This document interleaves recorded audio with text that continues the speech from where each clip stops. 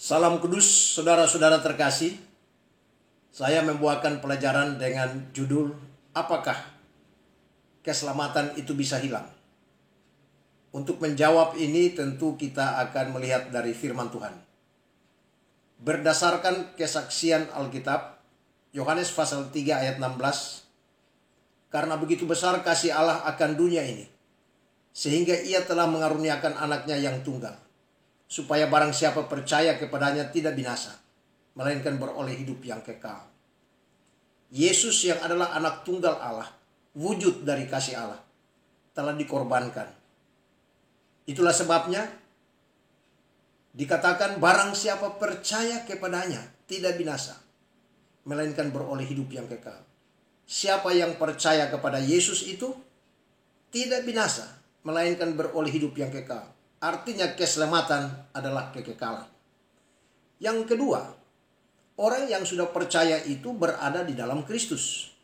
Itulah sebabnya Yesus berkata, "Aku memberikan hidup yang kekal kepada mereka, dan mereka pasti tidak akan binasa sampai selama-lamanya.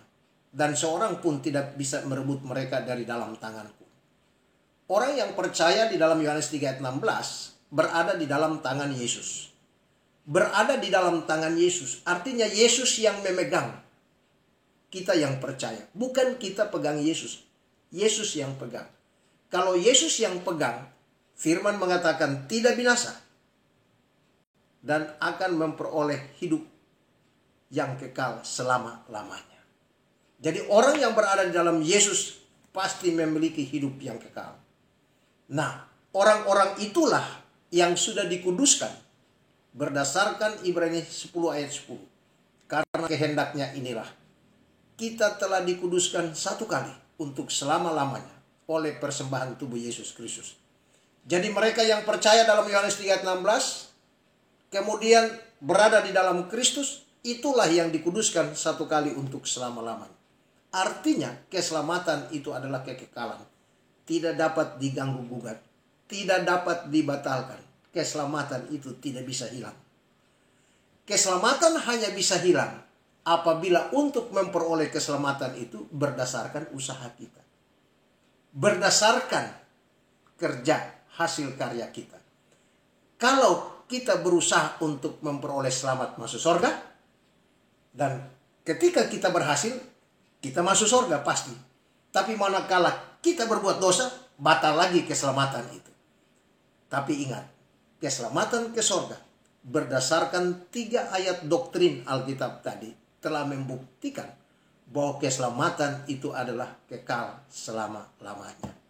Jadi orang percaya sama dengan orang kudus, sama dengan orang Kristen, adalah orang yang memiliki hidup yang kekal. Nah, pertanyaannya bagaimana dengan murtad? Di dalam Ibrani pasal yang ke-10 ayat 26, di sana dikatakan, jika sengaja berbuat dosa setelah memperoleh pengetahuan akan kebenaran, maka tidak ada lagi korban untuk menghapus dosa itu. Benar. Karena pengorbanan Kristus itu cuma hanya sekali. Penumpahan darah di salib itu cuma sekali untuk menghapus semua dosa. Jadi setelah kita yang sudah percaya menjadi orang kudus, memiliki hidup yang kekal, berbuat dosa lagi, tidak mungkin darah Yesus itu kembali lagi membaharui. Ya, tidak ada lagi korban untuk membaharui itu. Karena memang kan sudah. Yang ada ialah orang-orang percaya atau orang-orang kudus tadi itu sengaja berbuat dosa, itu namanya dosa murtad. Itulah yang dicatat di dalam Ibrani pasal 6 ayat 4 sampai 6. Yang dimaksud dengan murtad itu adalah orang-orang yang sudah menerima karunia-karunia surgawi, mengecap firman yang baik, ya, yang sudah percaya, ya, itu adalah orang-orang yang murtad, orang-orang yang sudah percaya. Bagaimana bisa membuktikan bahwa mereka itu adalah orang-orang, ya, orang-orang yang percaya? Kita lihat dari konteks. Ibrani pasal 6 ayat 1. Mereka itu yang sudah belajar doktrin dasar. Mereka sudah mengenal kebenaran. Mereka sudah diselamatkan. Sehingga di ayat 1 itu mengatakan jangan lagi ya berkanjang, jangan berkutit di situ. Harus ada peningkatan ke atas. Nah, Hanya saja di dalam praktek perjalanan hidup orang-orang percaya yang ada dalam Ibrani pasal 6, dalam kehidupan praktek hidup mereka tidak sesuai dengan firman. Mereka berbalik. Bukan berarti dengan mereka berbalik, mereka murtad itu lalu kemudian batal keselamatan. Tidak demikian. Keselamatan itu hanya sekali. Tetapi apabila mereka murtad, mereka berbalik, ya, satu saat ketika mati mereka selamat masuk surga. Hanya mereka mengalami kerugian. Kenapa? Karena nanti penghakiman, pekerjaan setiap orang itu diuji oleh api. Karena itu dicatat dalam Ibrani pasal 10 ayat 27. Ya. Begitu pula di dalam 1 Korintus pasal 3 ayat 15. Bahwa perbuatan-perbuatan baik murtad, durhaka, perbuatan dosa yang dibuat setelah mengenal kebenaran, yaitu akan dihakimi. Dan api yang akan menguji. Api itu yang akan menguji setiap pekerjaan. Semua orang-orang percaya semasa hidup di bumi ini baik ataupun jahat. Nah, untuk membuktikan bahwa benar mereka yang ada di dalam Ibrani pasal 6 ayat 4 sampai 6 itu adalah orang-orang percaya. Kembali lagi tadi, alat bukti yang pertama itu di dalam Ibrani 6 ayat 1. Itu alat bukti yang pertama. Bahwa mereka adalah orang-orang yang sudah percaya dan orang-orang yang sudah belajar keselamatan. Yang kedua, itu di dalam Ibrani pasal 10 ayat 32 sampai dengan 39. Itu mereka adalah orang-orang percaya. Bukan orang yang tidak percaya. Kemudian yang ketiga, alat bukti yang ketiga. Kita ambil contoh misalnya bagaimana nasihat Paulus kepada jemaat di Galatia. Orang Galatia itu orang kudus. Mereka dulu adalah penyembah berhala. Kemudian mereka itu berbalik lalu kemudian mengenal Allah. Di dalam Galatia 4 ayat 8. Ternyata di ayat yang ke-9 mereka berbalik lagi. Setelah mereka percaya Yesus, mereka berbalik lagi memperhambakan diri kepada roh-roh miskin. Ya, roh-roh dunia. Ya, yang miskin dan yang lemah. Artinya sama, ini artinya murtad.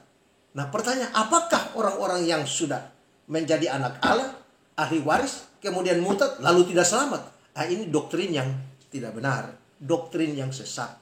Doktrin yang benar adalah keselamatan itu tidak bisa diganggu-gugat oleh siapapun. Praktek kehidupan tidak bisa.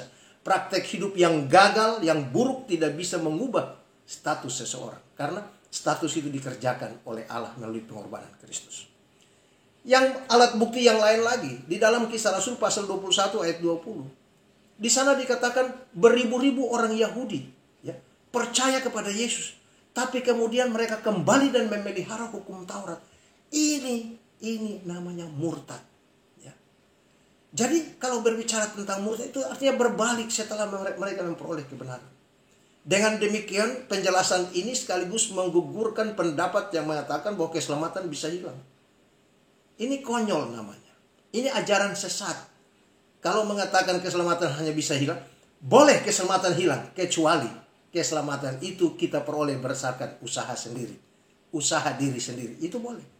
Tapi keselamatan itu adalah karya Kristus. Kisah Rasul pasal 4 ayat 12 mengatakan, dan keselamatan tidak ada di dalam siapapun juga. Sebab di bawah kolong langit ini tidak ada nama lain yang olehnya kita dapat diselamatkan, kecuali dalam nama Yesus Kristus.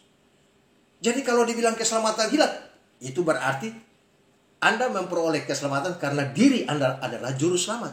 Jadi waktu Anda berbuat dosa, Anda batal lagi keselamatan. Tapi doktrin Alkitab, kebenaran firman Tuhan mengatakan, bahkan memberi kesaksian, keselamatan itu sekali dan untuk selama-lamanya. Kekal. Kesimpulan, Efesus pasal 2 ayat 8 dan 9. Sebab karena kasih karunia kamu diselamatkan oleh iman. Itu bukan hasil usaha. Itu pemberian Allah. Itu bukan hasil pekerjaan. Jangan ada orang yang memegahkan diri. Jadi keselamatan itu hanya dapat kita terima dengan iman. Percaya kepada Yesus. Karena itu adalah pemberian cuma-cuma. Itu adalah anugerah. Itu adalah kasih karunia. Jadi jangan ada orang yang memegahkan diri.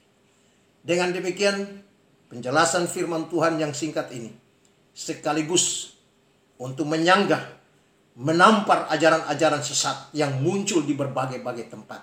Menyesatkan umat beragama di bawah kolong langit ini.